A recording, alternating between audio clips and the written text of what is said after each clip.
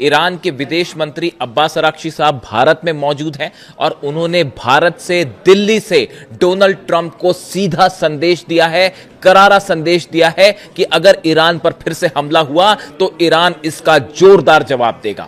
हम इस पर बात करेंगे, ब्रिक्स समिट पर भी बात करेंगे और ईरान और रूस का भारत को लेकर क्या रुख है इसको लेकर भी बात करेंगे। लेकिन शुरुआत मैं एक खास खबर से करना चाहता हूं। देखिए, ईरान के विदेश मंत्री अब्बास अराक्ची साहब जब भारत पहुंचे तो वो जिस प्लेन में बैठकर भारत आए उस जहाज पर लिखा हुआ था मिनाब 168।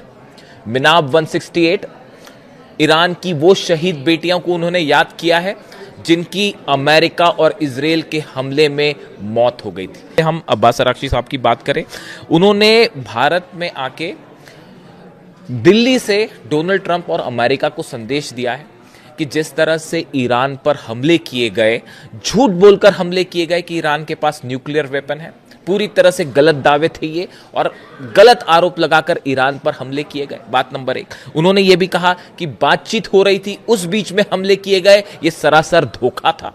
उन्होंने ये भी कहा कि अगर ईरान को अब फिर से हमला किया जाता है ईरान पे तो ईरान इसका करारा जवाब देगा। ईरान ने ब्रिक्स समिट में भी अपने पक्ष को बड़ी मजबूती के साथ रखा है। जिस तरह से हमले हुए ईरान पे उसको लेकर बड़ी साफगोई के साथ ईरान के विदेश मंत्री ने यह बात रखी है।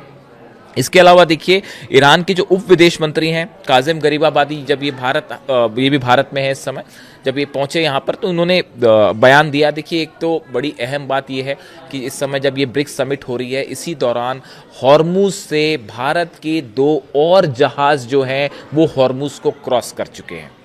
ईरान ने हमेशा इस बात को कहा, एक बार फिर ईरान ने इस बात को दोहराया है कि जो काजिम गरीबाबादी हैं उप विदेश मंत्री ईरान के, इनकी तरफ से इन्होंने कहा है कि भारतीय जहाज़ों को हॉर्मुज का इस्तेमाल करने के लिए प्राथमिकता दी जा रही है। और गौर करने वाली बात है कि ईरान ने यहाँ कई जो जहाज़ निकले हैं उनसे टोल टैक्स दिया है, लेकिन भारत से किसी तरह का टोल टैक्स नहीं लिया गया है। और ईरान ने ये वादा किया है कि यहाँ से जितने जहाज़ निकल रहे हैं उसमें भारत के जहाज़ों को निकलने में हमेशा प्राथमिकता दी जाएगी, प्रायोरिटी दी जाएगी।